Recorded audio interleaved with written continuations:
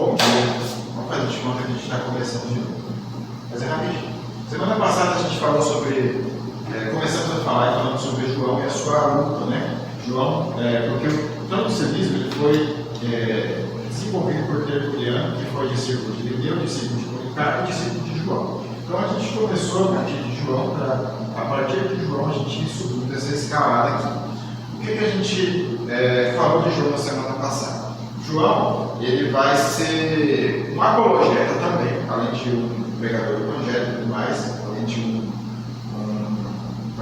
disciplinador, né? além de apóstolo, né? Ele vai ser um apologeta. A gente explicou que apologeta é uma pessoa que defende a fé dos de fora, né? Ele defende a fé que tem os ataques externos. Então, a primeira coisa que ele citou sobre João, sobre os seus. O que ele escreveu, tanto no Evangelho como nas Epístolas, foi o uso da palavra sarx para dizer que Jesus veio em carne, de fato, Jesus tinha um corpo físico de verdade. Não era uma aparência como os gnósticos afirmavam, né, que Jesus não tinha um corpo físico. A segunda coisa foi que o conhecimento sobre Deus ele deve ser anunciado a todos, e não somente a um grupo exclusivo de pessoas iniciadas ali. Tá? Terceira coisa foi que quem criou o mundo foi o único Deus, só há um Deus, e esse Deus é que criou o mundo, e esse Deus é o único como Cristo, Pai de Jesus. Né? A outra afirmação foi sobre a identificação, a gente pode dizer isso, né? Identificação, como é que você sabe se um pregador ele é verdadeiro ou não? Uma das formas de você saber é se ele fala, se ele prega que Jesus veio em carne. Então, tudo bem, David? Se ele prega que Jesus veio em carne, é um apontamento de que ele seja um pregador de verdade do Evangelho, um pregador verdadeiro. Tá? Lê de novo aí, irmão. 6. 6. Este é aquele que veio por meio de água e sangue, Jesus Cristo, não somente com água, mas também com a água e com sangue. E o Espírito é o que dá testemunho, porque o Espírito é a verdade. Então, ele vai dizer que o batismo de Jesus, o seu sacrifício, quando eu falar de sangue, né? Eles atestam que Jesus veio em carne. Né? Eu até citei no primeiro versículo, né? Aquele que nós vimos, que nós tocamos, no primeiro versículo de João, 1 João, né? No primeiro versículo, ele vai dizer que nós tocamos em Jesus. Vai dizer nós, no sentido de que ele, né? Aquilo que nós vimos, aquilo que os nossos ouvidos ouviram, aquilo que nós tocamos e sentimos, né? Então, a primeira afirmação de que Jesus era uma pessoa real mesmo, né? De que Jesus era uma pessoa de carne e osso, né? Então, vocês lembram da diferença entre esses dois, apologeta e polemista? Eu creio que seja algo para a gente diferenciar. O apologeta é aquele que combate heresias, certo? Sim. Você fala da polemista. Mas basicamente os dois são defensores da fé. Basicamente. Até por isso que o Policarpo ali coloquei aquele escudo ali. Ele faz uma defesa da fé. A diferença é que o apologeta ele defende os de fora. O polemista é do de dentro. Surgiu um pastor na igreja presbiteriana que ele quer fazer a mesma coisa que o Gedroso faz com o pacto, a mesma coisa, sem nenhuma adaptação. Aí tem que surgir outro, para o polemista, no caso. Quem vai combater isso aí é o polemista. Vai entregar, vai escrever artigos, ele não vai cair na briga, digamos assim, né? Mas ele vai falar a respeito, né? Ele vai defender a ortodoxia, né, do Evangelho, do Evangelho reformado, de que isso não é Evangelho reformado, de que isso não é igreja reformada. Se tem caso de outra igreja pregando, né, a mesma coisa, e aí esse pastor que vai falar isso, ele vai, por exemplo, teologia da prosperidade. O pastor começa a pregar na igreja contra a teologia da prosperidade. Esse pastor vai estar sendo um apologeta, porque a teologia da prosperidade não faz parte da denominação dele. Tá? Tem como ser os dois? Tem. Porque do mesmo jeito que, por exemplo, vamos usar a teologia da prosperidade. Teologia da prosperidade. Vou colocar um termo, né? Do mesmo jeito que vai ter um pastor de outra igreja pregando isso aqui, defendendo, né? Pode ter um pastor da própria IPB dizendo que isso aqui é Bíblia. Então, quando o pastor Marco, o pastor Joás, por exemplo, ou o irmão Osmar, ele pregar ali na frente, ele contra a teologia da prosperidade, ele pode estar nos defendendo tanto do pregador de outra igreja que estiver fazendo apologia isso aqui, quanto do pregador da própria IPB que estiver fazendo apologia isso aqui. Né? Ele vai ser um polemista, porque ele vai combater o inimigo externo, ele vai ser um inimigo interno, tá? Polemista, quanto um apologeta por defender um inimigo externo. Tá? Então, o Policarpo ele já foi mais conhecido pela sua obra apologética, porque na época de Policarpo, ele é discípulo de João, na época de Policarpo, já entrando na matéria de hoje, ele já tinha crescido esse grupo. Eles não eram considerados não cristãos, eles não eram considerados como uma seita, eram só considerados como pessoas que entendiam o Evangelho de uma maneira um pouco diferente. Então, não havia problema nenhum, digamos assim, né? O pastor local podia até recomendar os irmãos não vai lá naquela igreja lá, mas só que não tinha problema nenhum, a pessoa podia ir lá e tal, voltar no domingo, né? Deixa eu te presentear pela lei. Contra o bebê. Então, e aí, o problema dos pastores de verdade, dos bispos, né, da igreja, é porque eles precisavam explicar às pessoas que isso aqui, no caso do gnosticismo, não era o evangelho, que era outra coisa. Então, no caso de Irineu tinha, Irineu não, Policarpo ele tinha uma pessoa específica que era seu adversário, né?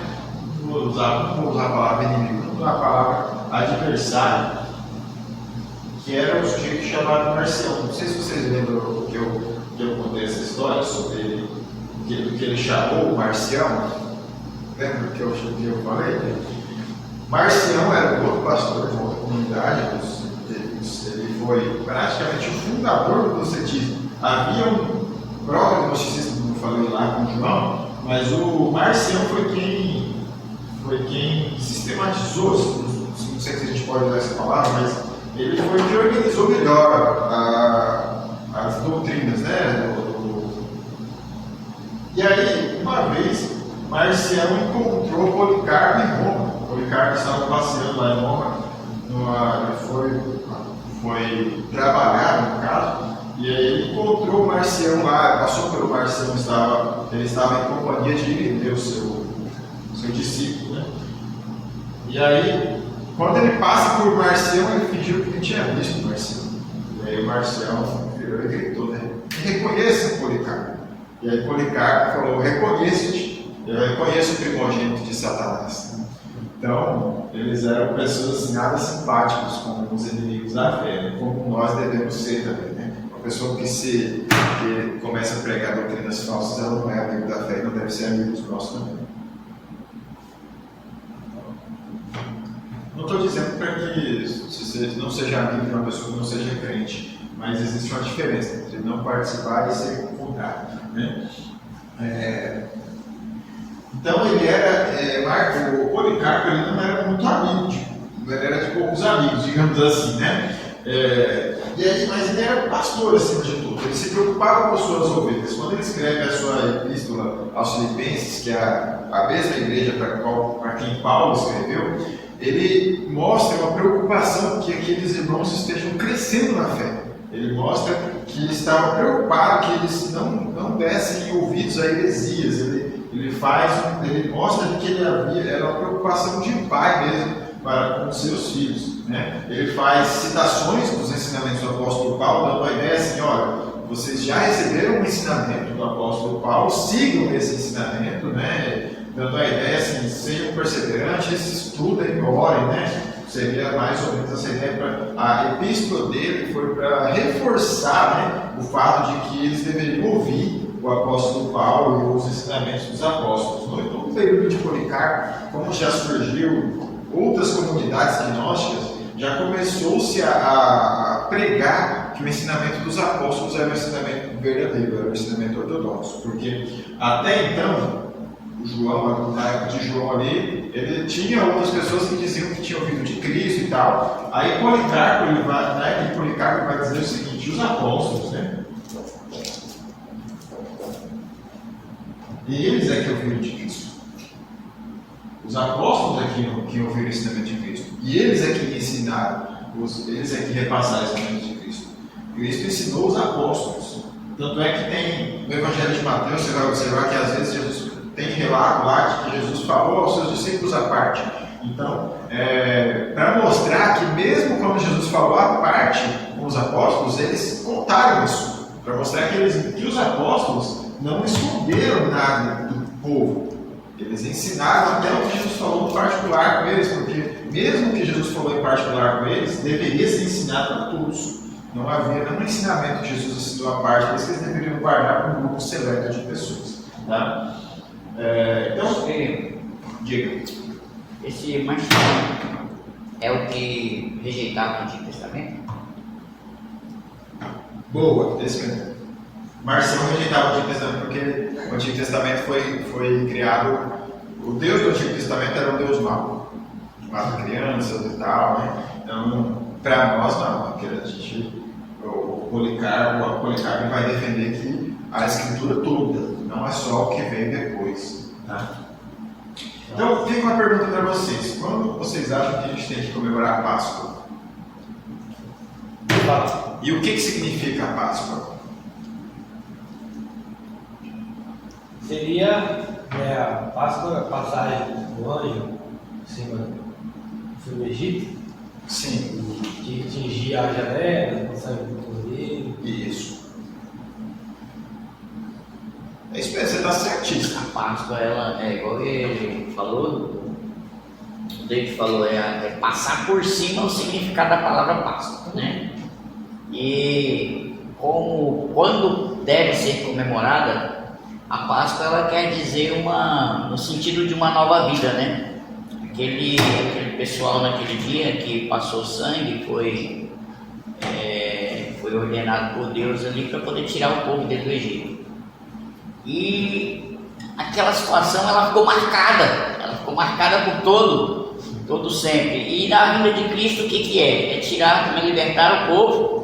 Ali naquele caso era da escravidão do Egito. Hoje nós comemoramos a Páscoa como a libertação do pecado, né? Da escravidão do pecado.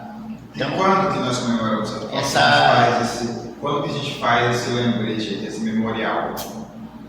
Então, quando que o crente, o presbiteriano, ele faz esse memorial? A libertação do sacrifício de Cristo, no caso. No sentido da libertação nossa da escravidão do pecado, ela foi especificamente na crucificação de Cristo, porque é claro que o nascimento de Cristo, a vida de Cristo foi para esse acontecimento, né? E aí a crucificação de Cristo é que vai nos libertar do pecado, tanto que ela faz parte hoje do sacramento da igreja, que é a Santa Ceia. Toda vez que nós ceiamos, nós lembramos então do sacrifício de Cristo. Isso aí. A Páscoa ela é uma festa judaica. O judeu comemora a Páscoa, acho que é no dia 14 do mês de Nissan. Eu acho que é. Se quiserem dar um Google aí para saber certinho. A Páscoa, mas assim, é um parênteses que eu estou abrindo para a nossa discussão aqui, né? Nós cristãos, nós não comemoramos a Páscoa. Tá? a gente faz um memorial do sacrifício de Cristo, porque a Páscoa foi a comemoração da libertação dos israelitas do Egito, que foi uma sombra do que aconteceria. O Cordeiro Pascal ele é um tipo de Cristo. Então, nós comemoramos relacionados ao antítipo, né? Que a gente viu na aula na curso de igreja, que é o Cristo de fato. E nós fazemos esse memorial, porque a Páscoa é um memorial também, né, para o judeu. Nós fazemos esse memorial na ceia. Então, o cristão tem que discutir essa questão de se vai comer chocolate ou não, tal. É questão comercial isso aí. O cristão, ele tem que... A nossa Páscoa, a gente não faz parte dessa discussão. A nossa Páscoa é na ceia. Não é nem a nossa Páscoa, é o nosso memorial, mas é o nosso sacramento. Né? Achou aí? É isso mesmo. 14 Já de você Decembro. falou. Isso. Voltando para Policarpo. Geralmente corresponde aos meses de março, abril, calendário gregoriano. Voltando para Policarpo, ele teve uma controvérsia pascal. Qual que era o problema lá? Porque assim, a igreja era uma no Oriente e no Ocidente, né? O Oriente, essa igreja que falava assim, a igreja grega, a igreja ali da região da Judéia e tal, esse era o Oriente. O Ocidente era de Roma e na Europa, né? Então, os irmãos ali do Oriente, do Ocidente, comemoravam no domingo posterior ao dia 14 de Nissan. Né? Eles ainda tinham a comunidade judaica que era muito forte no mundo, né? No mundo cristão. E os irmãos lá no Oriente comemoravam junto com os judeus, no mesmo dia. Eles comemoravam assim. E aí teve esse embate, a ponto de a igreja quase rachar, porque os irmãos do Oriente não queriam mais saber de ter comunhão. E Policarpo ele estava do lado do Oriente, estava comemorando com os orientais. Né? Engraçado que a gente fala oriental com esse japonês, mas não é. E aí Policarpo foi até Roma, porque tinha um bispo de Roma, que não era papa, tá? Não era o papa. Aí tinha 5, não sei se nessa época ainda tinha 5 patriarcados, né? E Roma era um deles. Então Roma era o único patriarcado no Ocidente, tá? Então qualquer controvérsia com o Ocidente era com Roma que eles conversavam. O Policarpo vai lá e ele concorda em discordar. O que significa isso? E ele falou, vamos fazer o seguinte, vocês comemoram quando vocês acharem melhor, nós comemoramos quando a gente achar melhor e ninguém vai ficar mais discutindo sobre isso. Isso não é uma questão importante para a fé. O mais importante para a fé é, por exemplo, quem é a fonte do nosso conhecimento, né? Se Jesus é Deus, se Jesus salva, isso são coisas mais importantes. Se alguém estiver falando que Jesus não salva, aí a gente discute firme, mas a gente racha ele. Se uma igreja estiver falando isso aí, que não seja bem-vinda, né? Então, o Policarpo ele vai ter esse lado apologeta, mas ele vai ter esse lado pastor e conciliador também, né? Se eu não me engano, alguns dizem que foi com Irineu que se deu esse embate pascal, aí tem alguns padres, alguns estudiosos que dizem isso aí, mas vamos abordar aqui como se fosse o Policarpo, porque Policarpo ele tinha Policarpo e Irineu, os dois tinham tiveram essa visão deles que eles eram muito encrenqueiros, né? Mas só que, ao mesmo tempo, eles eram muito pastores, muito preocupados com suas ovelhas. Então, quando o Policarpo sai de Roma, lá ele sai com essa mensagem, dizendo assim, olha, irmãos, vamos pregar por causa disso. Se quiser comemorar a Páscoa no dia 14 de Nissan, comemora, se quiser comemorar depois, tudo bem, né? O mais importante é sermos unidos. E aí depois vem Irineu de Lyon, que ele é natural da mesma cidade do Policarpo, que é a cidade de Esmirna, né? Mas ele vai ser conhecido como Irineu de Lyon porque ele ganhou destaque na cidade de Lyon, que pertencia a Gália. Você sabe onde é que é essa cidade hoje? Você falou pra mim. Mas você lembrou. Mas você lembrou, tá valendo, tá? Se eu perguntar, vocês pesquisarem e me responder, tá valendo também, tá? Aproveitando os caras agora. Pertencia a Gália, né? O nome da região. Depois, hoje em dia, é chamada de França. mapa não é o mesmo exatamente, né? Mas enfim. Mas voltando aqui. Então, o Irineu, ele já vai ser, ele vai adiantar, vai levar a teologia de Policarpo um pouco mais à frente, ele vai organizar um pouco mais. Os católicos vão dizer que o Irineu é o pai da dogmática, né? Da dogmática católica. A igreja, e aí ele vai trabalhar mais com a igreja ocidental, né? Porque ele vai aprendeu ali com o Policarpo. O Policarpo morreu em 1955, né? Deixa eu ver aqui. 155. Marcial morreu 5 anos depois. E aí Policarpo, o Irineu vai lidar com os discípulos de Marcial, né? Tanto é que a sua principal obra foi contra o Marcião, especificamente, né? Ele vai falar contra Marcião, embora ela seja destinada aos discípulos de Marcião que estavam ensinando naquela época. Então, assim como os gnósticos já estavam bem mais organizados, Irineu já tem essa mentalidade de que eles precisavam organizar melhor a teologia a apologética, né, as doutrinas, para ter uma resposta para esse povo. Porque, imagina, você chegar lá ensinando Cristo e ter uma pessoa com uma resposta pronta para você, organizada em várias etapas. Você tem que ter uma organização igual para você rebater igual, né? Digamos assim. Então, o Irineu já vai ser essa ponte, porque ele não vai ser tão organizado quanto o Tertuliano, mas ele já vai ser bem mais organizado, já vai ter bem mais organização do que o Policarpo. Só que é coisa que estava muito bruta, digamos assim, né? Eles estavam surgindo os embates. Tem uma coisa que é muito interessante da gente notar, é que a igreja cresceu muito por causa dos embates que ela tinha. Se a igreja tivesse tido paz desde o começo e tal, muita coisa ia demorar a surgir, né? Por exemplo, a doutrina da Trindade ela surgiu com Tertuliano, por causa dos embates que ele tinha com os gnósticos e com outros grupos que diziam que Deus é um, que tem outras. Deus é um só, não existem três pessoas, digamos assim. Até a ideia de pessoa, de três pessoas, quem surgiu com isso foi o Tertuliano. Então, vocês querem tentar adivinhar o que é adversus hereses? Hereses?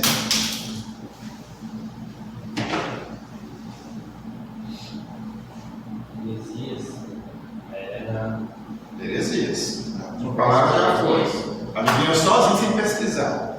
Pode pesquisar aí. Várias heresias, diversas. Se você tivesse pesquisando, talvez eu tinha achado. Não tem problema pesquisar, porque na vida de vocês vão lidar com pessoas que vão perguntar coisas e não vai ter resposta na hora. É melhor você falar sinceramente, falar, olha, eu vou pesquisar e vou te responder, e depois você volta com uma resposta boa para a pessoa. A maioria das pessoas que eu conheço gostaria, né? Porque ela vai entender o seguinte: quantas horas o fulano se dedicou no seu tempo para mim, né? Para me responder essa questão. Eu, pelo menos, gostaria de saber se a pessoa dedicou horas do seu tempo para mim. Achou aí? Versus hereses? Eu achei. Você achou? Quem quiser responder, responde. Ninguém responde. Ele é um. Não, mas qual que é o título? Foi usado como um título do livro do padre da igreja de Irineu Spolion. Mas é mais ou menos igual como falou ali mesmo. Era um assunto, um compêndio, né? Sim, mas qual que é o título em português? Contra heresias. São 5 volumes. 5 volumes, exatamente. E uma coisa fantástica que eu acho dessa obra, assim, ele foi muito em cima. Tem uma coisa que eu gostaria que vocês prestassem atenção nisso, que é muito importante que vocês aprendam isso, é o argumento do espantalho. A falácia do espantalho. Vai pegar água? Pega um traz de cobre. Vou esperar o David voltar, então. Vamos elaborar uma ideia aqui. Deixa eu pensar aqui. Tá. Fala um sabor de sorvete aí, irmão. Vamos lá. Morango. Morango. Vou colocar aqui sorvete de morango.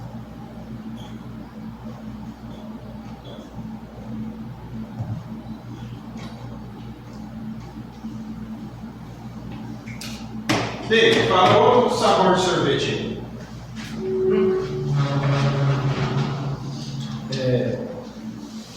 Baunilha.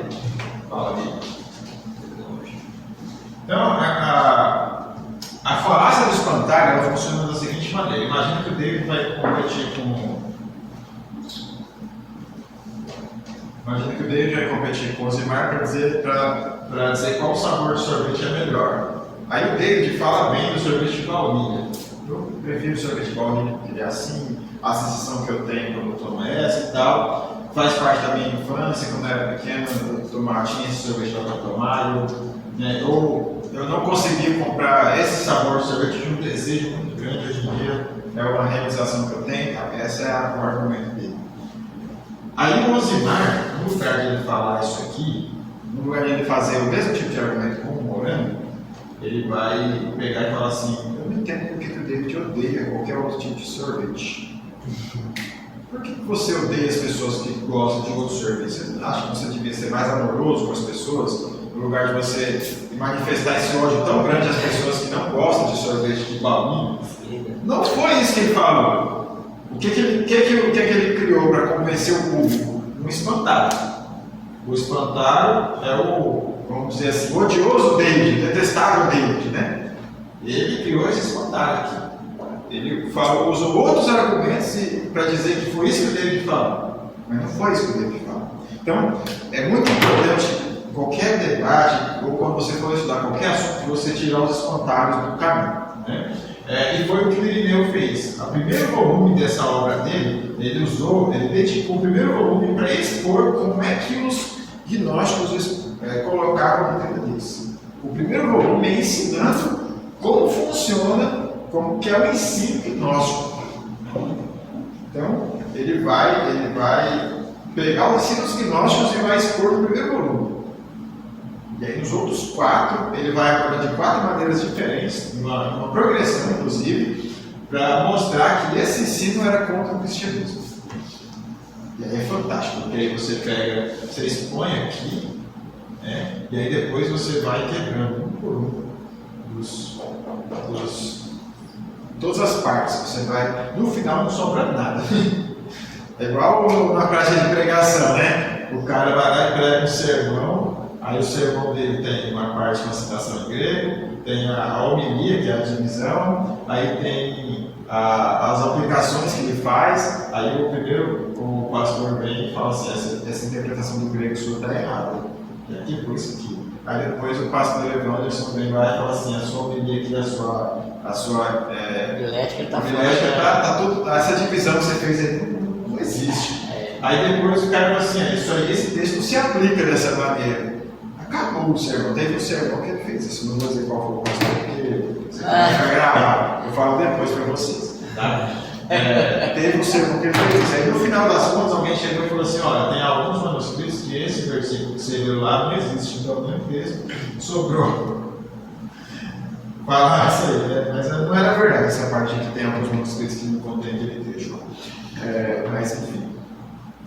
Então, ele faz essa obra, que foi a primeira obra dogmática da igreja, a primeira obra especificamente dogmática, embora alguns evangelhos, algumas cartas de Paulo, Romanos, por exemplo, pode ser interpretada como uma proto-dogmática, né? Mas não é especificamente dogmática, é uma carta de um pastor.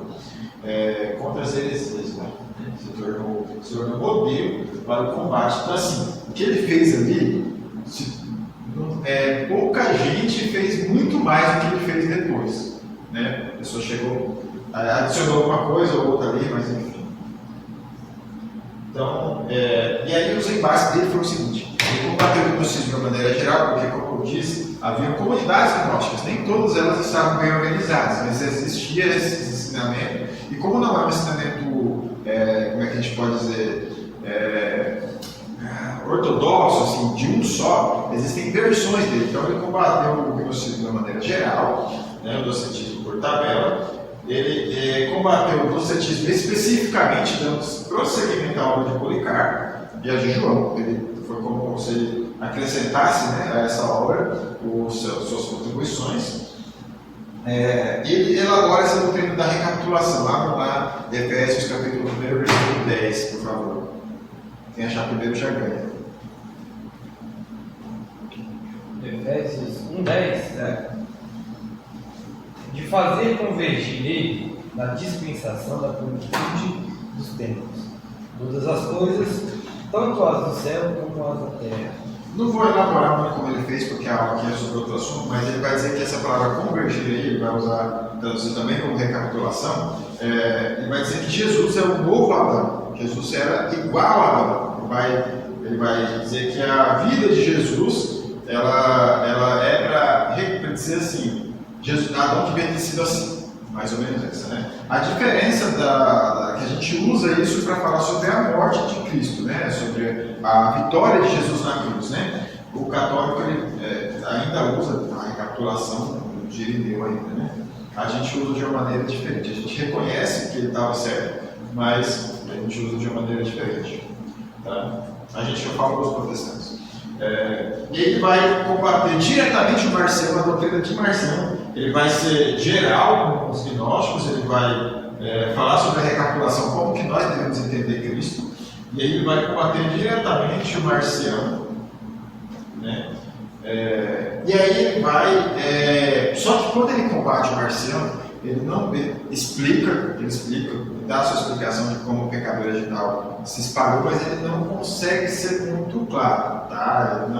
Ele não vai muito longe disso, né? E ele deixa essa bola aí pro Irineu marcar, tá? Pro Irineu não, pro Tertuliano marcar. Ele deixa esse gol aí pro Tertuliano marcar, né? Eu sei que é uma comparação muito idiota de futebol com teologia, mas enfim. Então, quando ele fala sobre a culpa do pecado, ele deixa a desejar. O cara era muito bom. Ele escreveu muita coisa, não sobrou quase nada para a gente. Sobrou basicamente a obra Contra as Heresias, sobrou uma outra obra que é tipo uma versão de bolso das Contra as Heresias, né? Mais ou menos isso. Se você não entende muito de teologia, você lê essa obra para depois entender Contra as Heresias. Né? Se já for iniciado, digamos assim, né, uma pessoa que já tem um conhecimento maior, você já vai direto para outra obra. Né? Então a gente chega no Tertuliano. Tanto Policarpo quanto Irineu, eles morreram.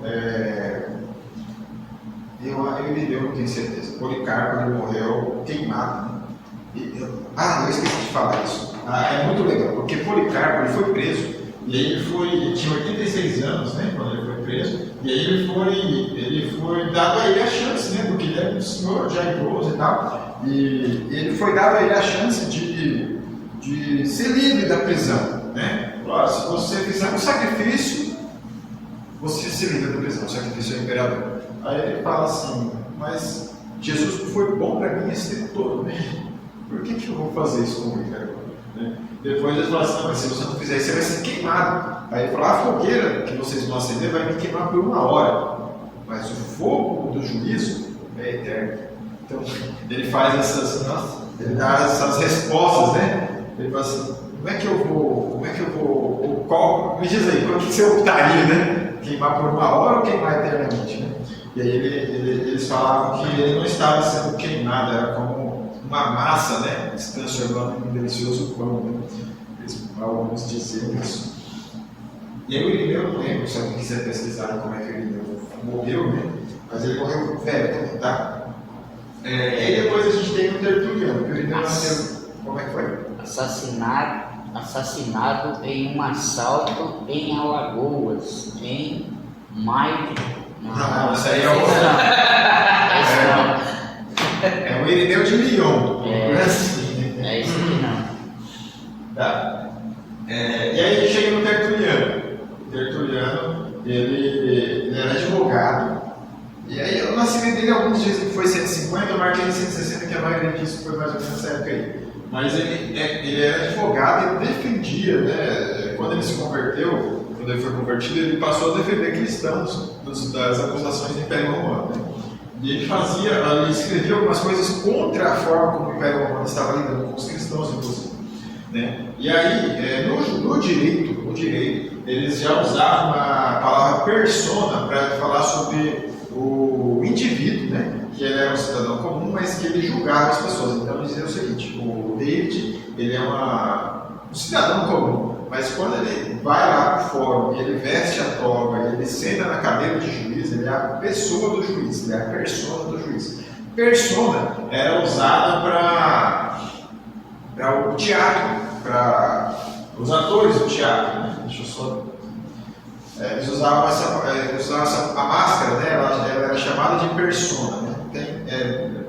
Na aula de teologia, quando a gente fala sobre a Trindade, eu explico mais sobre isso aí. Então, o Tertuliano, ele era advogado, e lá em 190 depois de Cristo, ele é convertido ao Evangelho. E aí ele vai passar a defender os cristãos, e ele vai passar ele não era bispo, né? Ele não era bispo, ele não foi... Mas ele escreveu, ele tinha autoridade para escrever sobre teologia e tal, porque ele aprendeu, né, do Irineu, ele aprendeu muito do Irineu. Durante um bom tempo, se bem que assim, ele foi convertido em 190 e o Irineu morreu em 202, então foi 12 anos por aí, mas em 12 anos você tem uma escola bacana. É divulgado aqui dia 22 de junho de 202. Sim. Em uma perseguição decretada pelo imperador Marco Aurélio na cidade de Lyon. Isso. Um grande massacre de cristãos. Foi mais, dizem que morreram milhares de cristãos, isso mesmo. O imperador Trajano, um sujeito sábio, ele descobriu o seguinte: é caro para o império perseguir cristãos. Então o que ele fez? Ele dava recompensa para as pessoas que denunciassem cristãos. Então ele deixava aqueles soldados do destacamento ali, e aí esses soldados eles só eram acionados quando era para ir na casa de alguém já prender já. Para eles não sair de casa em casa procurando onde é que eles se reuniam para fazer os cultos, nada disso. Ele deixava na mão do povo, mas denúncias aí recompensava as pessoas. Nesse caso aí, o que aconteceu, creio eu, houve uma denúncia de que a cidade praticamente toda era cristã. Então eles já chegaram lá para detonar tudo.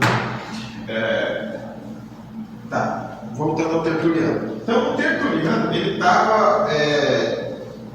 estava empenhado em finalizar a obra que o Irineu deixou para ele. Em finalizar, em colocar os pingos nos is, digamos assim, né? Não conseguiu ainda, né? Tem muita coisa que foi aperfeiçoada, passou da Trindade. Mas, enfim, quando ele fala sobre o pecado original, a pergunta duas perguntas basicamente. Deus terminou a obra da criação, quando ele no sexto dia. Deus terminou a obra da criação, ou ele continuou criando? A segunda pergunta é como que o pecado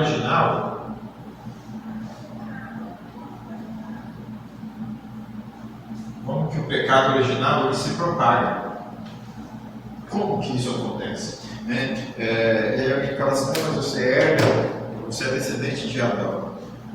Aí a outra pergunta: por que o pecado de Adão você pega e não pega os outros? Né?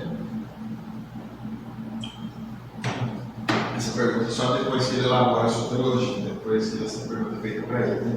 Mas ele tenta responder essas duas perguntas com uma doutrina só. Dentre outras coisas, como eu já falei da história dele, né? Dentre outras, porque o seu principal inimigo ainda era o gnosticismo, né?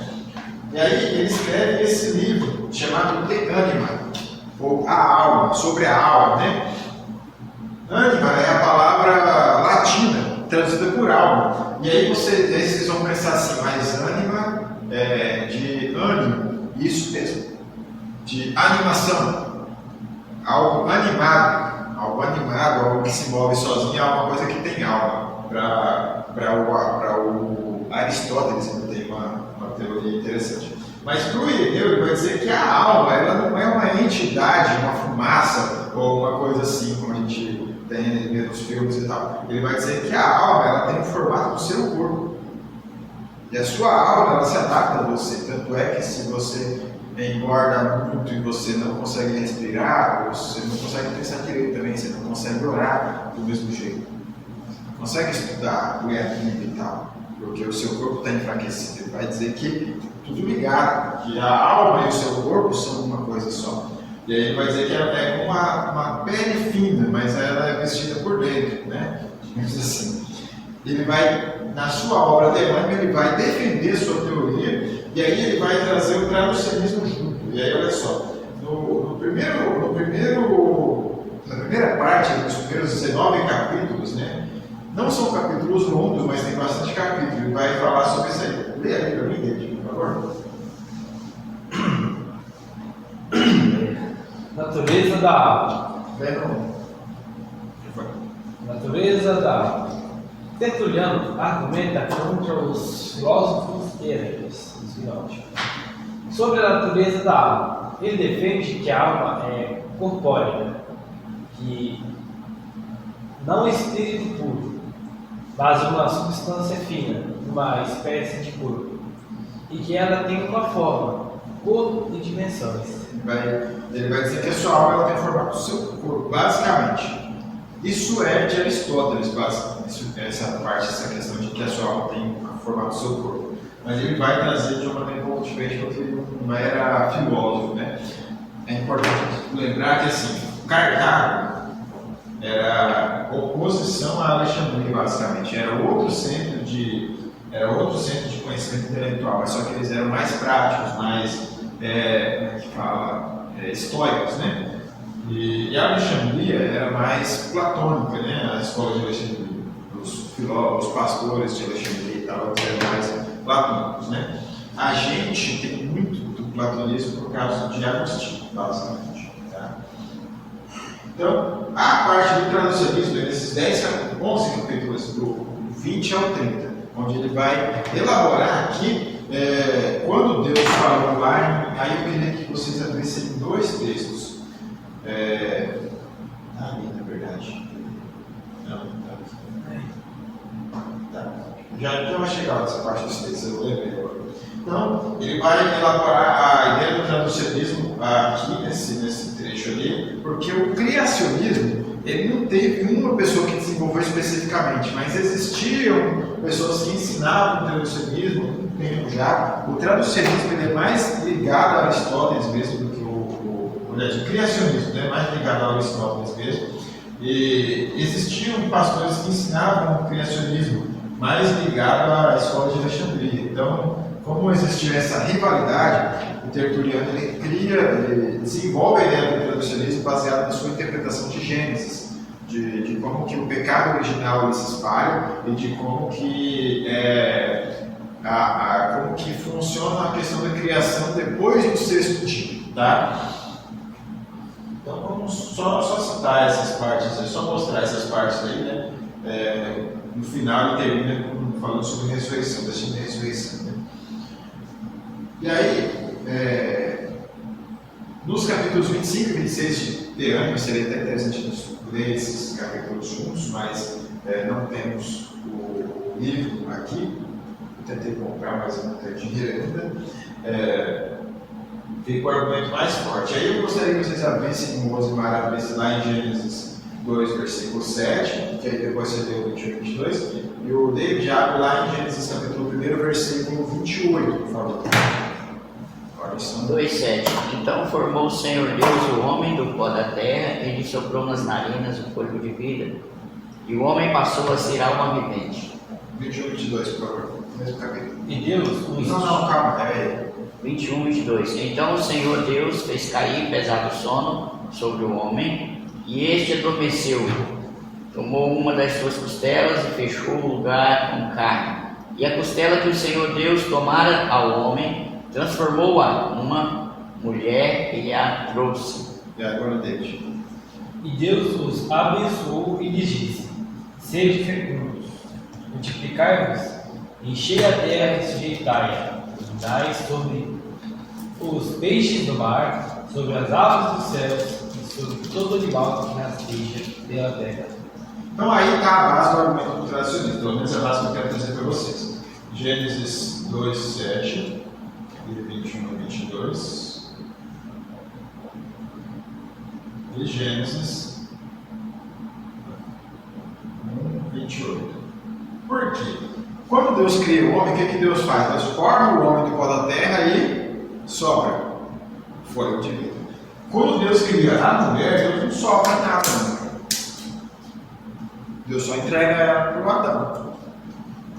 significa que essa mulher não tem alma? Alguns dizem que sim, que a mulher não tem alma nem coração, né? Mas, não estou brincando aqui.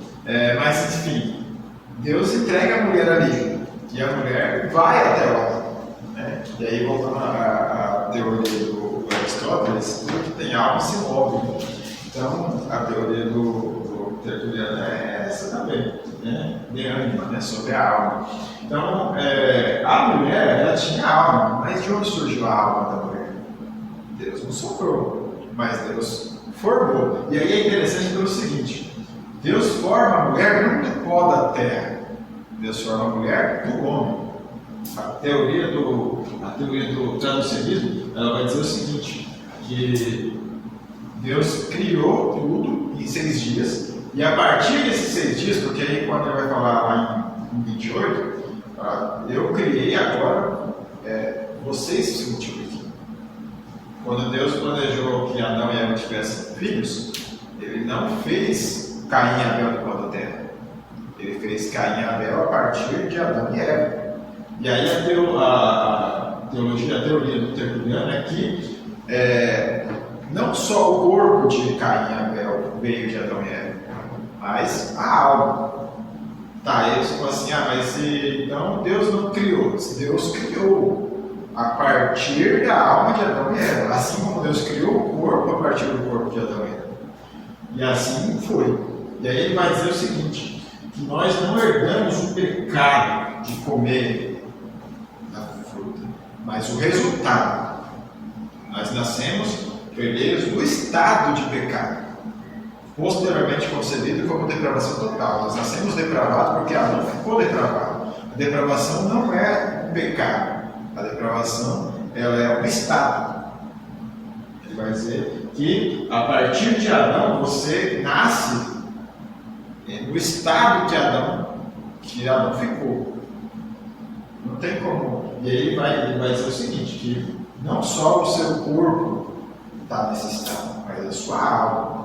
Porque a sua alma e o seu corpo é uma coisa só. Né? Essa é a base, e essa é a base do traducionismo, que Deus finalizou a sua obra imediata. O que significa isso? Significa que Deus não cria do nada as coisas mais. E nem de uma coisa ele cria outra, igual do pó da terra ele criou o homem, que é diferente. Embora todos os elementos químicos que tem na terra são encontrados na gente. Eu vi essa semana pesquisando sobre isso, inclusive, né? Que para o cientista ateu isso é muito ruim de ser assumido, né? Mas é verdade. Então, o traducionismo ele vai defender essa ideia, tá? A alma é transmissível, assim como o nosso DNA, e porque o traducionismo tem um detalhe, né? Ele vem do latim tradux, que significa ramo, né? Ou transplante, essa é a ideia. E aí ele vai dizer que Adão era a semente. Em Adão nós temos a semente. Tá. É a doutrina que melhor explica como que o pecado original foi passado. Tá? Das 3, né? O existencialismo, que nem é bíblico, o criacionismo e o traducionismo. O traducionismo melhor explica como que o pecado foi passado. E aí você pensa assim, mas a alma, porque a gente tem uma noção de alma baseada no platonismo, por isso que fica com uma certa dificuldade. Mas não existe uma pessoa viva que não tenha alma. Você pensa nisso, né? Quando a alma sai do corpo, né, digamos assim, né? O corpo ele decompõe, né? E aí a gente vai, o próximo capítulo é sobre exatamente isso que acontece, por isso que eu não vou adiantar nada, só vou ficar nisso aí. Mas o Tertuliano ele vai defender isso aí, que você, não é você e o seu espírito, você é sua alma e o seu corpo. Tá? Não há diferença das duas coisas. Tá? Então, a citação-chave dele vai estar eu acho que eu tinha até uma parada, mas é isso aí, eu achei na internet esse trecho aí. Vai dizer o seguinte, vê lá, irmãos, por favor. Lê. Citação-chave, contexto. Portanto, como a corrupção, pecado original, é passada por geração, assim também a alma desta forma. Desde o início, a mancha do pecado foi transmitida à descendência de Adão, pois o diabo só corrompe a semente, se a alma também for produzida pela semente. Ok? Eu acho fantástico. Então, assim, ao longo dos tempos, alguns teólogos, né, defenderam, pelo menos por um tempo, né? E a gente tem aí, por exemplo, o Tertuliano o primeiro, né, óbvio, defendeu. O Gregório de Nyssa, ele participou de um embate muito importante para a igreja, que foi o Concílio de Constantinopla em 381 depois de Cristo, né? Esse concílio foi para decidir se o Espírito Santo é uma parte da Trindade ou se não existe Trindade, no caso, né? E aí eles usaram a doutrina do Tertuliano, a doutrina da Trindade, que chamava em latim ficou de Trinitas, né? E a doutrina do Tertuliano, ela afirmava claramente que o Espírito Santo era parte da Trindade. E o Gregório de Nyssa foi um dos que defendeu que o Espírito Santo é Deus também. Lutero, eu falta só mais uns slides para terminar. O Lutero defendeu até o fim, né? Ele era traducionista também. Tá? O Calvino defendeu a princípio, depois ele passou para o criacionismo, né? Porque o Calvino ele entendia que o traducionismo ele é o termo que melhor explica a propagação do pecado original. Depois ele vai mudar de lado, digamos assim. Eu só estou passando tempo porque a gente já está encerrando. E por último, o Agostinho, eu não vou falar do Agostinho, só vou citar, porque a gente o Agostinho é uma figura à parte desse, ele vai falar depois de falar do criacionismo, tá? Encerramos por aqui, se tiver alguma pergunta, fala. Qualquer pergunta é interessante, ganha o último, o chocolate. Alguma? Vai ficar para mim, então. Qual que é o principal problema do traducionismo? Essa é a pergunta mais importante. É porque, na realidade, se a gente for imaginar, o tradicionismo ele diz a ideia é que a alma ela vem dos pais, ela projeta do pai, e na realidade quem cria a alma é o próprio Deus. Será? Né? Eu defendo essa tese.